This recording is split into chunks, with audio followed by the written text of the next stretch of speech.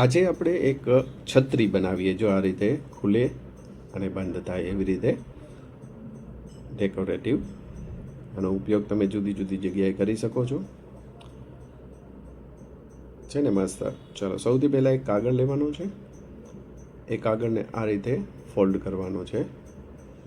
જોજો આમાં ઘણા બધા ફોલ્ડ આવે છે, તો એ પ્રમાણે જોતા જાજો અને કરતા જાજો.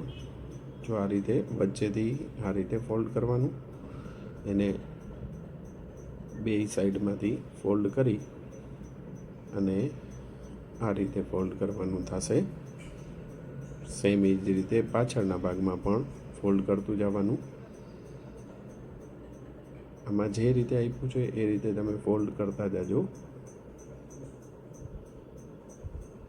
આ રીતે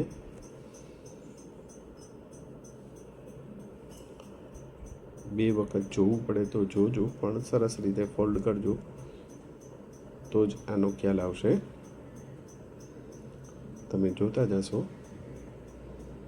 તો આ રીતે થઈ જશે. અને વચ્ચેથી આ રીતે કટ કરી દેવાનું છે, નીચેનો ભાગ છે.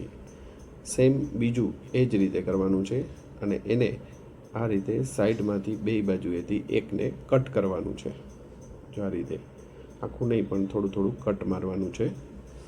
એને જ્યારે આપણે ખોલશું તો આ રીતે ખુલશે અને કટ કરેલો જે ભાગ છે એને આપણે થોડો થોડો વાળતું જવાનું છે.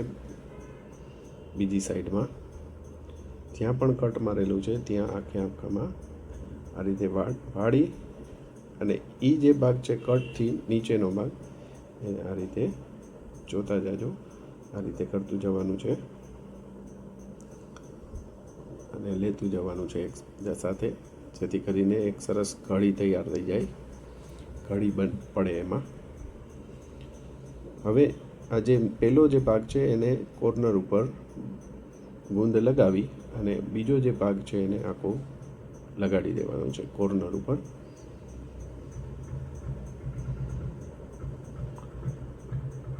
ચોંટાડી દેવાનો છે. જો આ રીતે દબાઈ અને આ રીતે થશે. હવે નીચેનો ભાગથી અને એક ઉપરના ભાગથી સેજ કટ પાડવાનું છે, કાણું પાડવાનું છે અને એક ભૂંગળી પસાર કરવાની છે કાગળની બનાવેલી, અને એને ઉપરના ભાગમાં એ ભૂંગળીને ઉપરના ભાગમાં આ રીતે ચોંટાડી દેવાની છે ગુંદથી. અને સેમ એ જ રીતે નીચેના ભાગમાં પણ ચોંટાડી દેવાનું છે. આ રીતે ચોંટાડી દેવાનું છે, પણ ભૂંગળી ઉપર ન થાય, કેમ કે ભૂંગળીને આપણે ખેંચવાની છે આ રીતે.